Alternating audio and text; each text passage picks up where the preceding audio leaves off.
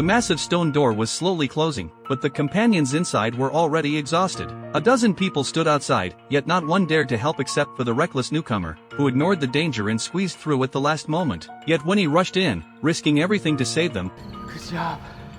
You just killed yourself.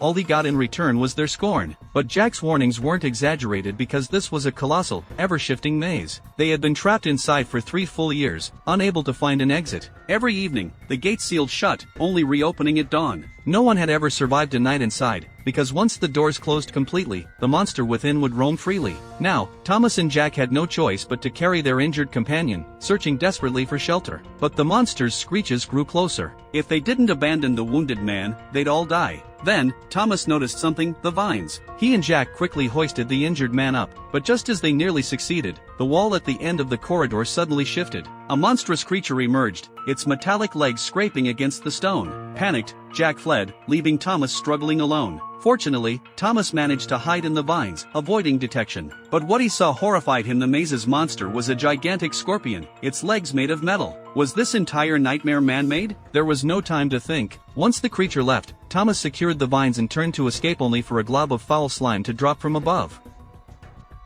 He bolted, but no matter how fast he ran, the monster stayed on his heels, cornered in a dead end. With the beast closing in, Thomas took a desperate leap to the opposite ledge. After a frantic chase, he used the vines to briefly trap the creature. Then, unexpectedly, Jack reappeared, grabbing Thomas and dragging him away. They barely made it to a narrowing corridor when Thomas suddenly stopped. Against all odds, he was preparing to fight back. Come on!